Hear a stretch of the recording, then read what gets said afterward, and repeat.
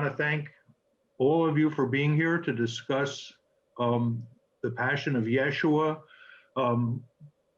for Classical Archives, which this will be under video log shortly.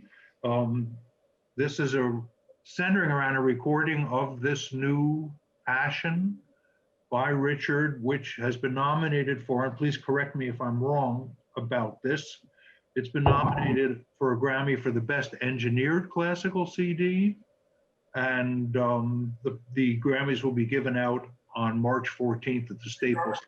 For 3 Grammys. For 3 Grammys. Okay, please then correct me. 3 Grammys, 1 for Best Engineered Album, 1 for Best Performance with a chorus and orchestra, and 1 for Best Original Composition. Oh, wonderful. Okay. Yeah, I mean, what was so wonderful and unusual about this is that, as JoAnn can tell you, it's unusual to get 3 Grammy nominations in one shot. The last time that happened to me was in 1997 when the cello concerto that I wrote for Yo-Yo Ma was up for 3 Grammys and won all 3. So it's really unusual when it happens, but there was a lot of love that was put into this recording and into the making of the work, you know, as JoAnn can will share with you. Okay. Well, let me just take a half a step back and just say who we are. We have Joseph A. LoSchiavo, who's president of the SDG Music Foundation, which commissioned this work from Richard.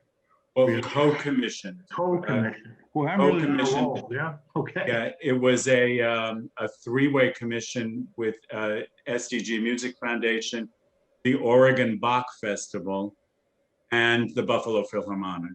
Okay, great. And then we have also JoAnn Falletta, who is the conductor of the Buffalo Philharmonic and the Virginia Symphony Orchestra. Is that correct? That's right. That's right. And but this work was performed and recorded in Buffalo. Right. Okay. And you also conducted the world premiere with the Oregon Bach Festival. Is that right? And we also recorded the Naxos CD, which has been nominated for the Grammys, right? That's right. And then we have Richard Danielpour, a major American composer in basically all formats: orchestral works, songs, song cycles, operas, choral works, and now of a major new passion. I am Barry Lenson. I'm the editor at Classical Archives. So I found that the simplest and possibly least intelligent question is always the best one to start out asking. So who is Yeshua, and why is this the Passion of Yeshua? And I guess anyone can answer this, but. Well, Yeshua is the Hebrew name for Jesus. Okay. And one of the things that for years had interested me, because my family was primarily Jewish, but on my mother's side, there was also a Christian strand. And so I grew up with an awareness of both. And as I matured, I never really thought of them as separate. I thought of, Jesus as being a continuation and in some ways a fulfillment of the Jewish tradition in many ways. And what I had wanted to do from the time I was at Juilliard. I mean, JoAnn and I were together at Juilliard, but we never spoke about this. But I had thought about this way back when, before I had even turned 30, that one day I wanted to write a passion oratorio that would bring the story back to its original Jewish roots, because I felt that the Europeanization of Jesus had distorted grossly not only who he is, but what he was trying to share with us. And so what I was interested in doing, as my friend Elaine Pagels, who was incredibly helpful in guiding me through this, was really to take us back to that place. I wanted to write a piece that would, in essence, bring us back to that place. And also, in doing so, give voice to the women in the story who are seen but not really heard in the gospel narratives.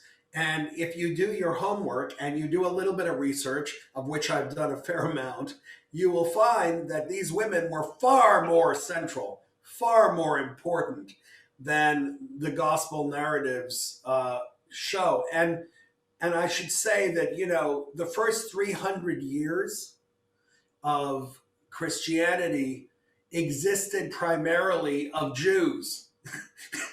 And women were considered equals in that early sort of Hebraic sect that had become known later as Christians. And so, in a sense, there's a kind of a restoration in this that I was hoping to achieve. My entire career has been built on trying to give those a voice who, for some reason, have not been able to be heard or could not speak for themselves. And whether it's Margaret Garner, which I wrote with Toni Morrison, or An American Requiem, which was about the heroism of soldiers in many conflicts in the 20th century in America. I was always, in essence, thinking about those who could not be heard or would not be heard. And this is for me par for the course, except it's much, much closer to me. And it's also something that I've thought about for over 30 years before I actually sat down and did it. I had mentioned to JoAnn that I was originally thinking I would start this right after I finished Margaret Garner at the end of 2004. And then Mel Gibson came out with that movie. I'm not crazy about Mel Gibson's politics. Nor was I all that wild about the movie. I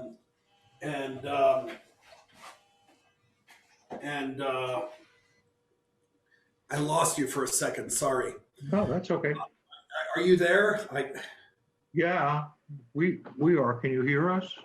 Yeah, I got you back. There was my phone rang and it took the Zoom thing off. Okay. Anyway, but you know, I just, when it came time, I thought let's wait 10 years. And then all of a sudden it was 2015, the fall of 15, and I woke up and I thought, it's been 10 years. It's time for me to think about this. And you know, one of the first, I thought, based this on the structure of the St. Matthew Passion, which was a piece that at 17 made me know I was going to be a composer. And I thought, oh, Bach, let me be in touch with Oregon Bach Festival. And the next morning I woke up and JoAnn Falletta's face popped into my head, like clear as a... And I thought, oh, she's the person who needs to bring this to life. And I called JoAnn. I called her that day. I didn't wait. And I called her, and I remember when she had been given an honorary doctorate at Manhattan School where I was teaching, and I think it was 2011 or 2010, something like that. She said to me, we have to do something again after all these years, but it's got to be really special. It's got to be really important. And I said, okay, all right. And I called her and I said, you remember when you said this to me? Well, I think I've got something really special, and I think you might want to conduct the premiere of this and maybe record it. And she was very enthusiastic about it, which relieved me. You know, because I knew she was the person who had to bring this to life. I just knew it. Can I ask another very fundamental question? You mentioned Elaine Pagels before. So the text that you use for this Passion, where did that come from? She's the Gnostic gospel lady, but where did it come All this has been written just exhaustively. It's been written about the sources and the details of the sources, but Mhm. just to encapsulate it, I used two different texts from two different biblical translations. One was from the New Hebrew Bible, which accounted for a portion of it in that there in the New Hebrew. It's called, I'm sorry, the New Jewish Bible. I'm so sorry. Edited by a man named David Stern, who used to teach at UCLA, where I am now. And the New Jewish Bible is peppered with phrases in Hebrew, even though it's an English translation. So I used some of that, and then the Revised Standard Version for the English narrative portions. And then, of course, the Hebrew, I just had to basically study with a Hebrew scholar and translator to be able to sort of relearn Hebrew and its syntax and pronunciation so I could be perfect with it. And of course, the Hebrew was just from the Tanakh, from the Old Testament, Mhm. as Americans are known to call it. Right, right. So JoAnn, can I ask you too, what was it? Well, I guess let's just cut to kind of a big question. What in conducting both the performance and the recordings, what kind of a emotional experience was that on just a purely emotional plane? It was really overwhelming. I think it's the most overwhelming experience I've had on the podium. And I sort of lived this towards the end of Richard's process, the last 2 or 3 years of Richard's process, when he was sharing with me where it came from, how he was going to put it together. We met several times to look at scores, to talk about the structure of it. So I was living it with him, which was great because to be in the mind of a composer, have him share with you what he's thinking. So I had already entered into this world. And I must say that, the other passions are set, as Richard said, solidly in the Renaissance, Baroque, or later European world. And that's really not the truth. I mean, that's really not what they're about. So Richard returned it to where it came from. And that was so overwhelming in itself. I felt like I was there in Nazareth, in Jerusalem. It was so real. And that's what everyone who listened to it told me. It was so real. It was like it was happening to us with us as onlookers. And we lived through that. It was overwhelming. I remember just being lost, as much as I could have to pay attention to what I was doing, but lost in that world, lost in the singing of Kenny, who was playing the role of Yeshua, with the most extreme respect and reverence for him. And having been brought up Catholic, I felt in the same way that I was seeing what I had been taught, what I had read about, what I had experienced in real time. And that was extraordinary. I think at the end, none of us could really come out of that world. I mean, we had just lived through a tragedy, and thank goodness that Richard put a final movement, because that final movement helped to bring us back and helped us see, what does this mean for the future? Well, it is the future. It's what we have been given as the meaning of our life. And that last movement really helped us see why this happened, and what was to come, and what greatness came into the world because of that. So I didn't know that till I conducted it, Richard, because I remember some of even the soloist saying, "Oh, the second to last movement, it's just so poignant. I mean, maybe it should end there." And you said no, because it's not about there. It's about what comes afterwards. And that was for me then in the first performance. I understood that. Yes, that's what it's about. It's about 2,000 years later and everything that came in those 2,000 years. So it was amazing experience. And the fact that we heard the Hebrew language sung so beautifully and with such reverence. It's a different sound than English. can't help to stay in that world. I think the real world of Yeshua himself. So it was just an unbelievable experience.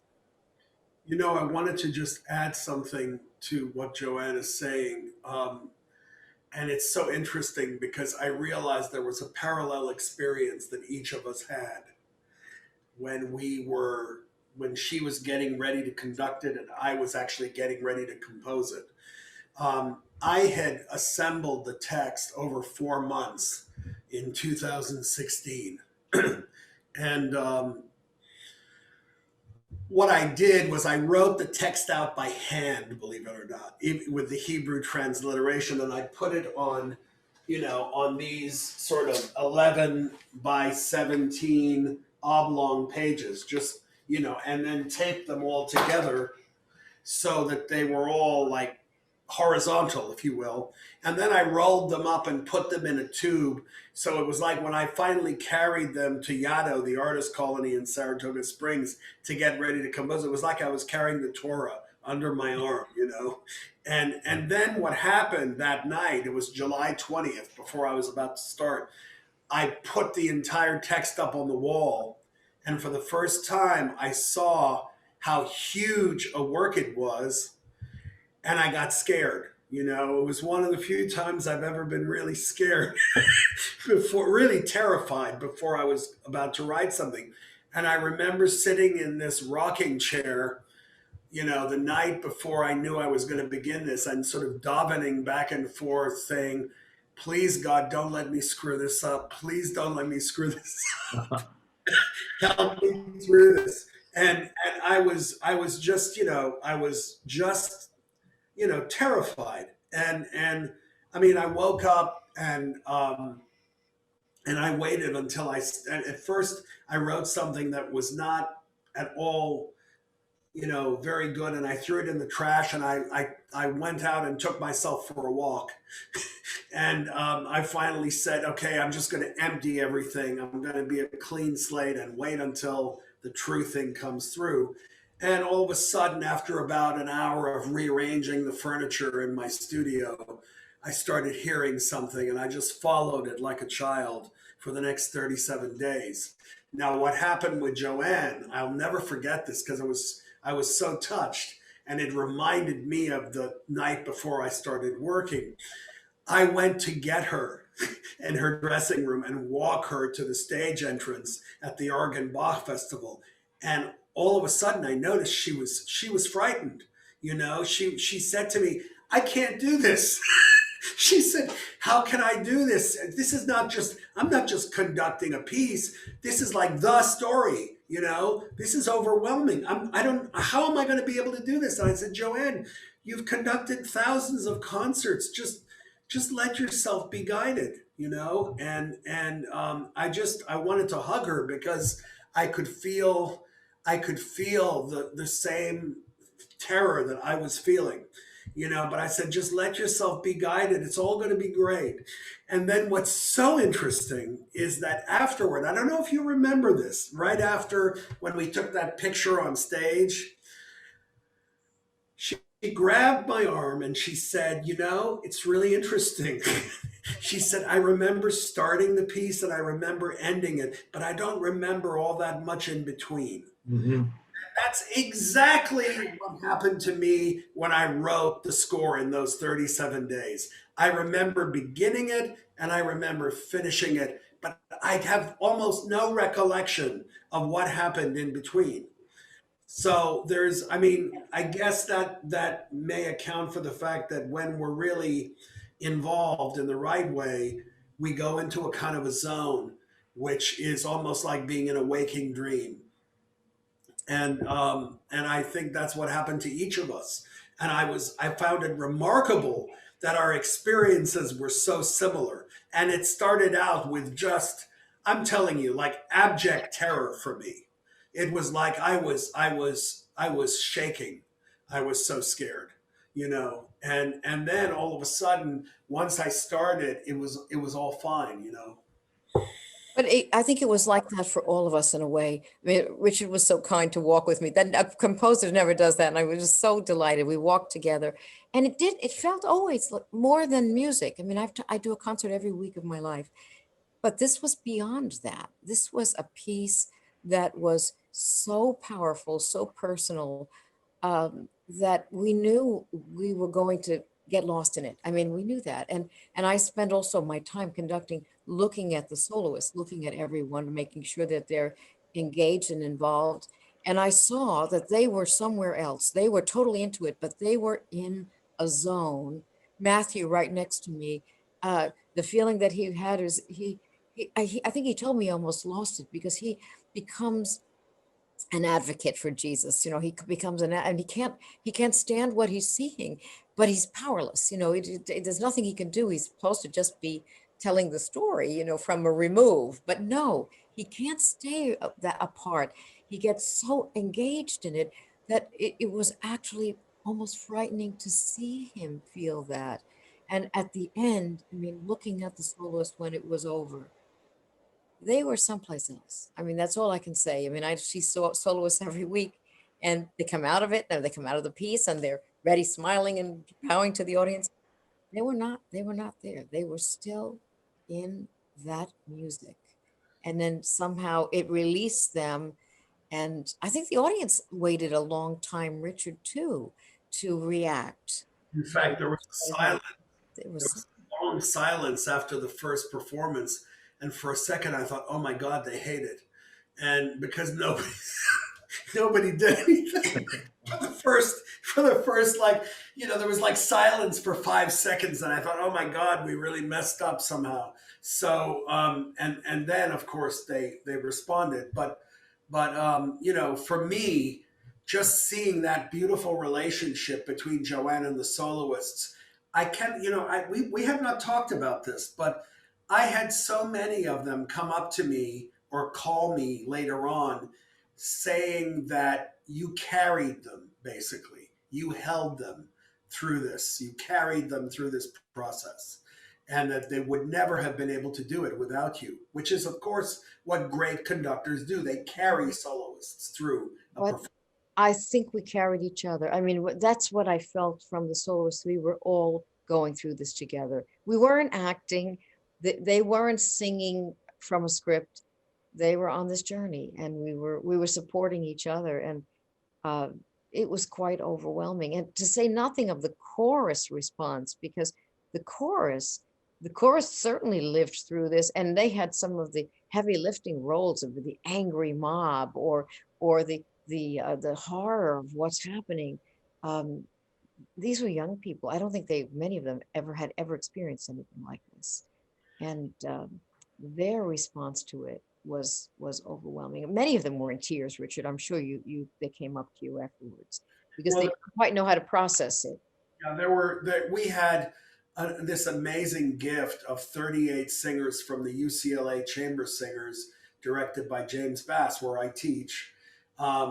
They managed to raise enough money to fly 38 of them to Buffalo, which strengthened an already good chorus and made it a great chorus. And what I remember at the very end of the second patch session, because we recorded it live and then we did these patch sessions to cover things that needed to be perfect.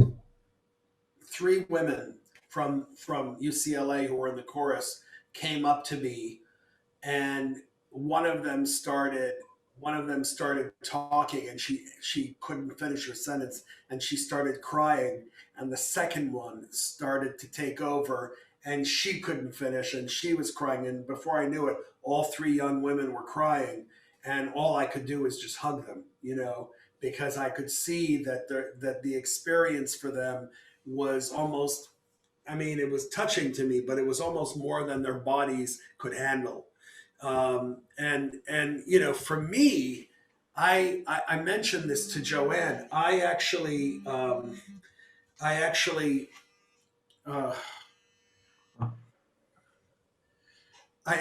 worked. Are you there? Hello? I Yes. lost you for a Yes. second. Hello? Yeah. Yes. I did not listen to the recording for months after it came out. I'm always very frightened of listening to my own recordings, even though JoAnn listened to it and she called me on March 5th, right before the pandemic sort of began. And she said it was a really amazing recording, but I was scared to listen to it.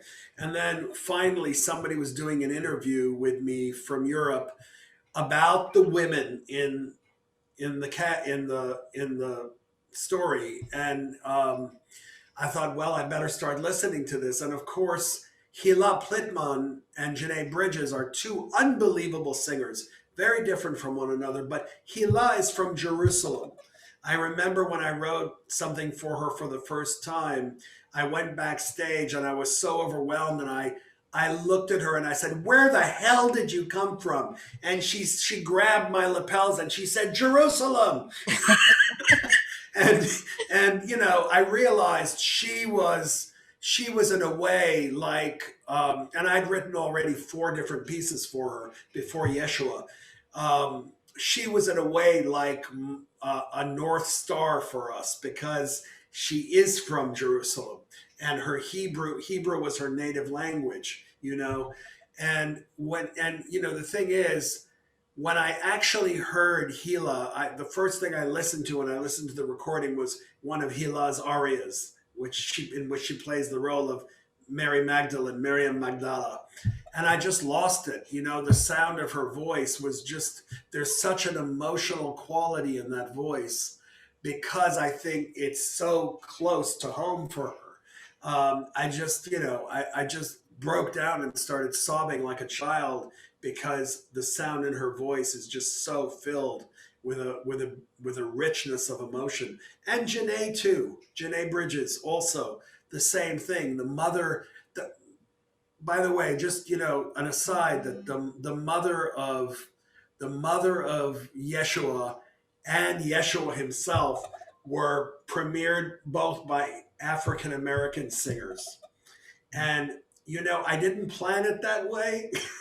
But I was so glad that it turned out that way, because we are now living at a time where we went through 4 years of watching African Americans sort of disenfranchised once again in a whole kind of ugly and renewed way. And so I thought this was a providential thing, that the role of Yeshua was sung by a Black American, and that the role of his mother was sung by a Black American. This was not my doing. This was just something that happened. And there were many things along the way like that sort of happened, it was almost like there was another hand at work in all of this. And and in fact, the reality is, JoAnn and I have been doing this for long enough. I'm sure you would agree. When you do this for long enough, you begin to realize that, you're just a conduit for this energy. You're a vessel for this energy. And, I always say to people, I'm the gardener, I'm not the garden. and I'm just there to make sure that the plants grow and don't die. And I think we're in, both of us, in that way. We've been doing this now for long enough that after a while, you just feel like you're a conduit for this energy. And you just want to make sure that you're a good conduit, that you're a good vessel, so that there's no static through which this passes. And, we've spent our lives doing what we do to make sure that we're good vessels for whatever passes through. And it's not easy work. Doing that is hard. Cleaning your vessel is not easy work, but it's worth it, I think. Actually, I was going to ask whether at what point you knew who the soloists were going to be. I guess basically wanted to ask whether this was written with certain soloists in mind, or did it become a question of having people audition to be the initial soloist? It evolved very gradually, but I knew right away, and JoAnn knew right away, that we had to have Hila in it. we knew that she was kind of a linchpin for this. I had originally wanted Kenny Overton to be the narrator, but when he realized that the part that I'd written was too high for him, he then said to me, "Would you please do me a favor? Whoever you get to sing the role of the narrator and of Yeshua, make sure they're not atheists. Make sure they're people of faith." And so I called him the next week and I said, "Would you be interested in singing the role of Yeshua?" And poor guy, he started crying on the other end of the phone. and I said, "Okay, great, we're on. You got it. We're gonna do it." And so these things happened very naturally, Yeah. And he was so right. He just glowed singing that part. He absorbed it. He believed it. He sang it with the greatest love of God. I mean, it was very emotional for us to have Kenny in that central role. Yeah.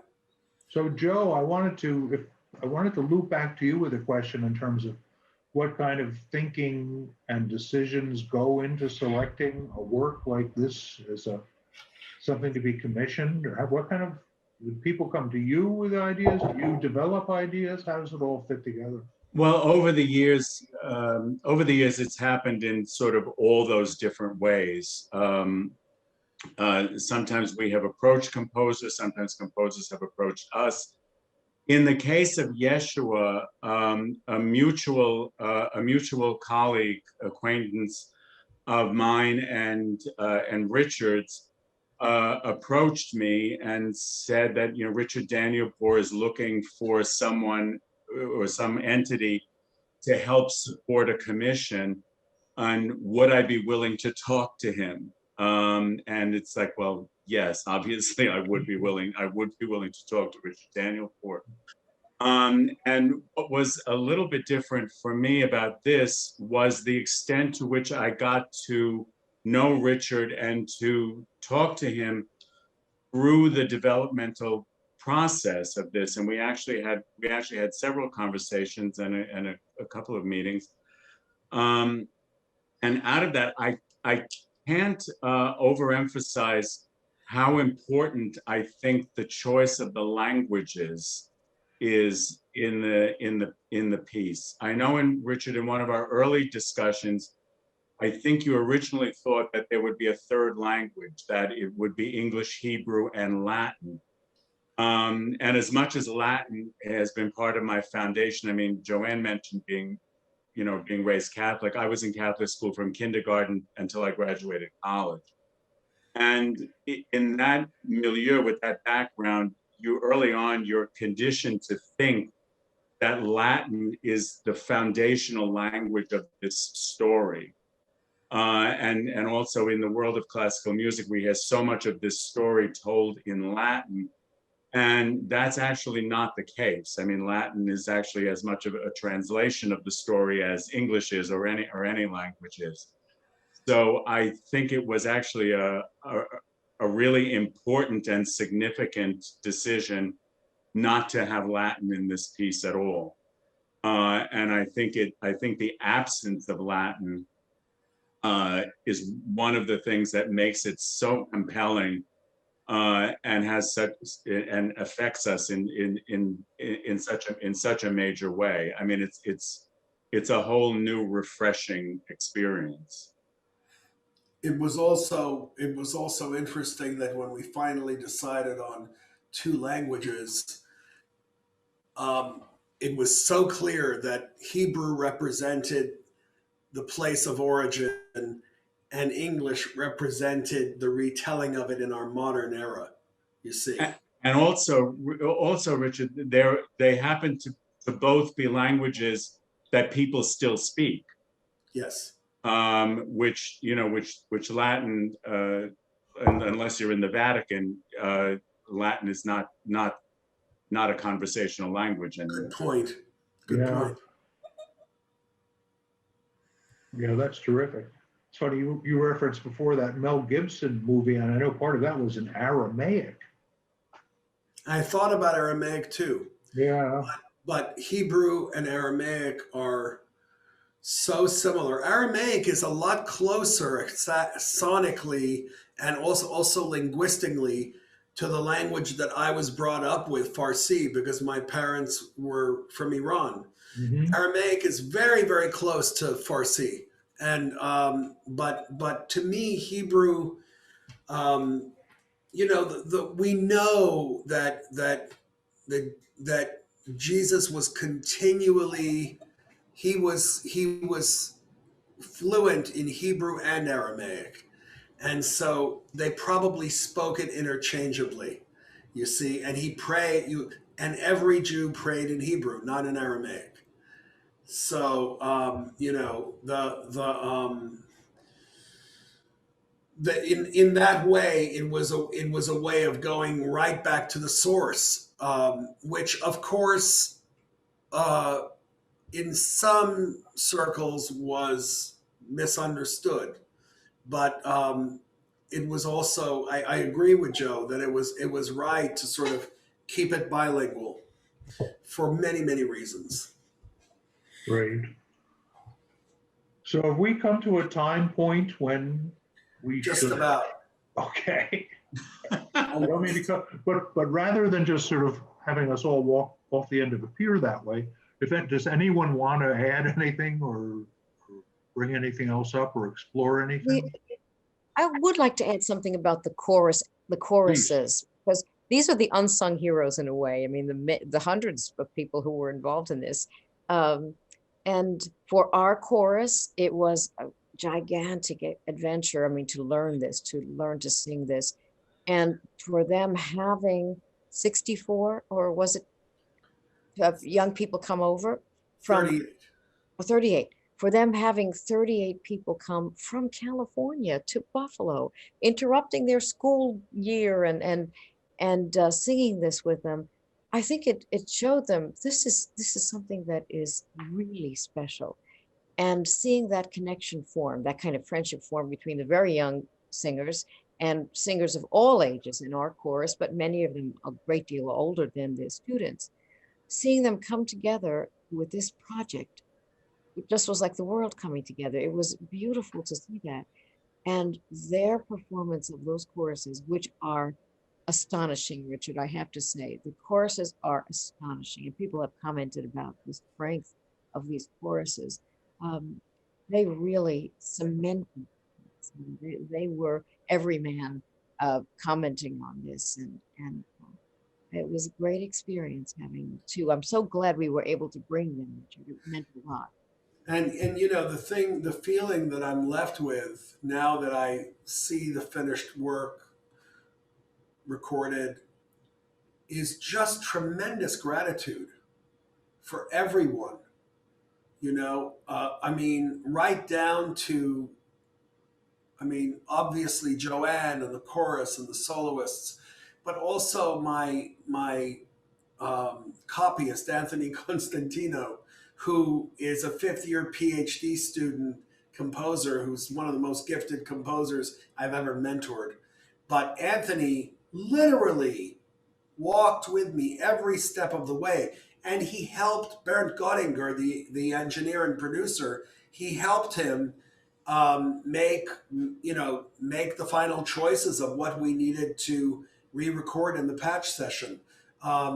There's so many unsung heroes that are not sort of in the forefront of this work, who had everything to do with making it happen, including other people who helped with the funding. So it was a huge thing, and most of all, I am grateful every day for JoAnn Falletta. Just so grateful for her presence in my life. Well, As it's an honor. It's an honor to be your friend. It's an honor to be your colleague. But I also want to say thank you to Joe, because Joe believed in this piece before you heard a note of it, right? I mean, That's correct. Yeah. before knowing anything about what it would become. So thank you, because that's Absolutely. really faith in art. What you had, faith in art and faith in bringing the story again in this 21st century to people. But I feel very privileged to have been a part of it. I really do. And you know, Joe, there's so many times where I've spoken to people who are, the heads of organizations, and they don't really understand what it is I'm trying to accomplish from an artistic point of view. But the wonderful thing about you was you understood everything right away, spot on, from the first minute. And that made me feel good. It made me feel like I wasn't crazy to be doing this, Well, and from my standpoint, it's as a person who went from being an artist to being an administrator, I was happy to be really thrilled to be included in the conversation. Sometimes when you're the executive, you don't always have the opportunity to be included in the artistic discussion. So I was very grateful to be a part of that. Thank you. Well, I can't thank you all enough for airing all this in such a wonderful way for the people at Classical Archives, and it's just wonderful. And we'll be rooting for you big time on the night of the Grammys. And clearly, I'll let you know as this moves along toward production, and let you know when it's up. But Well, thank barring you. the idea that Thank you you so want to much. add anything else, but I can't thank you all enough. Thanks a million. Well, thank Thank you for Mary. inviting us. And Joe, thank you. You. Richard, we will continue to talk, but thank you. Indeed. Thank you, JoAnn. Thank you. Lovely to see you again. Great to see you all. Thank you. Okay. Okay, thank Bye, you all so everybody. much. I really appreciate it more than I can say. Thanks. Bye. Thanks very much, Thanks. Mary. Thanks so much. Take care. Bye. Bye. Bye.